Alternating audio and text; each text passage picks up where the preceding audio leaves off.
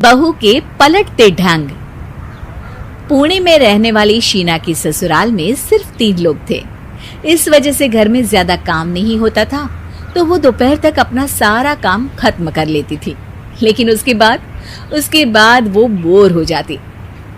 इस वजह से उसने शिनचैन कार्टून देखना शुरू कर दिया, जो धीरे धीरे उसके व्यवहार पर इतना इफेक्ट करता गया कि वो खुद भी शिनचैन जैसी ही बातें करने लगती है। एक रात डिनर करते हुए, अरे बहू, जरा अचार तो देना। ओहो ससु माँ, आपसे इतना काम भी नहीं होता। इस तरह तो आप जल्दी जल्दी बुढ़िया हो जाओगी।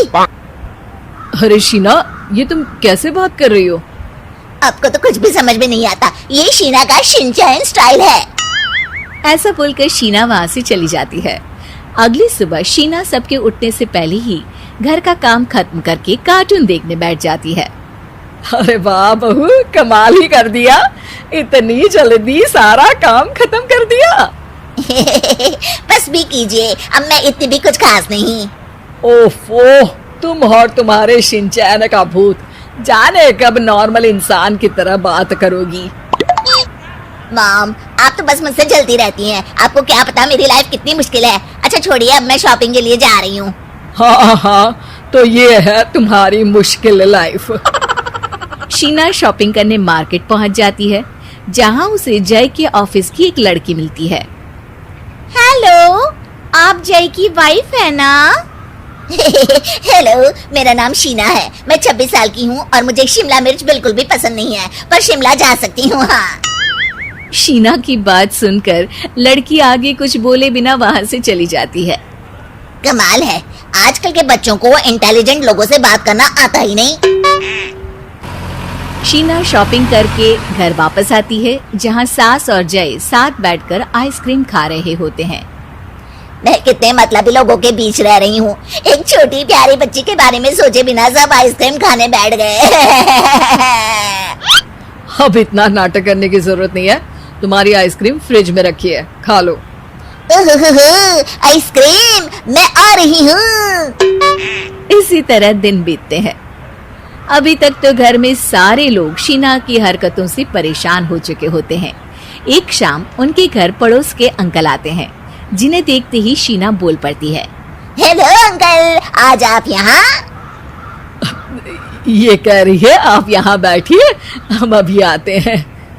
ऐसा बोलकर शीना की सास उसे लेकर रसोई में चली जाती है। अरे वो तुम्हारी पापा की उम्र के हैं, उनकी इंसल्ट तो मत करो। आपको तो बस अपनी ही खुशी दिखाई देती है। शीना के ऐसे बोलने पर सास हैरान रह जाती है और शीना बाहर आकर अंकल से कहती है, तो अंकल, आज आप क्या लेने आए हैं? या फिर बस सासू माँ को देखने का बहाना चाहिए? वैसे ये इतनी भी अच्छी नहीं है, पूरा समय मुझे डांटती रहती है और कभी कभी तो खाना भी नहीं देती। अंकल हैरानी से उसकी ओर देख रहे हैं। तभी उसकी सास वहाँ आती है। अरे शीना, इतना झूठ मत बोलो, मैंने कब तुम्हें खाना नहीं दिया? अरे ऐसा बोलोगी तो तुम्हें आज रात का खाना सच में नहीं मिलेगा। देखा, मैंने कहा था ना, बच्ची पर जुल्म करती है। आप मुझे अपने घर ले चलो अंकल। इस तरह दोनों सास बहू में तू मैं शुरू हो जाती है, जिसे देख अंकल तो डर कर भाग जाते हैं, लेकिन वो दोनों चुप ही नहीं होती।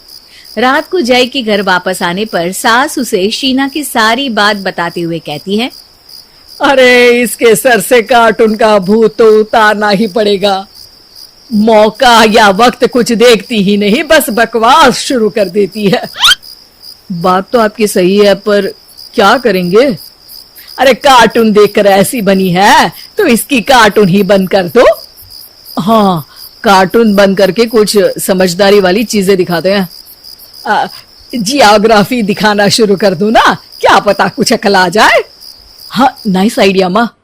इस पर जय केबल टीवी पर ज्योग्राफी छोड़कर बाकी सारी चैनल बंद करवा देता है, पर शीना भी किसी से कम नहीं होती। ओहो पतिदेव, अपने आप को बहुत स्मार्ट समझते हो। शीना मोबाइल पर YouTube ऑन करके उस पर शिनचैन देखने लगती है।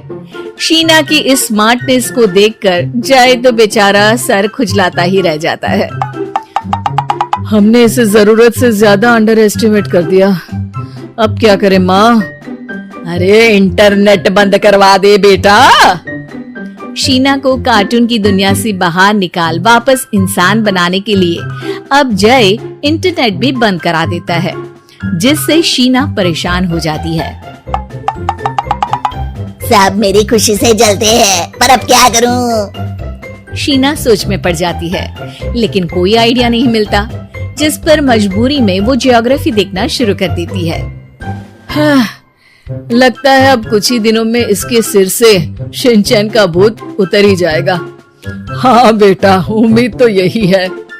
दिन बीतते हैं और घर में सब शीना के बोलने का इंतजार करने लगते हैं, लेकिन शीना टीवी में ऐसे खो जाती है कि उससे पूछे सवालों का हाँ या ना के अलावा और कुछ जवाब ही नहीं देती।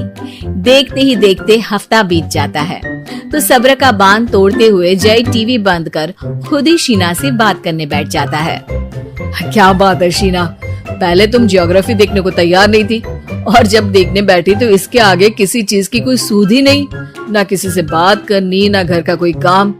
अरे माँ कब तक अकेले सब कुछ संभालेंगी? अभी भी तुम्हारे सर से शिनचैन का भूत उतरा कि नहीं? जब मादा भालू नर भालू से बात नहीं करती तो वो उनका ध्यान अपनी तरफ आकर्षित करने के लिए बिल्कुल यही हरकत करते हैं। तुम नर भालू हो। शीना के ऐसा बोलते ही जय और उसकी मम्मी एक दूसरे की तरफ देख सर पकड़कर बैठ जाते हैं।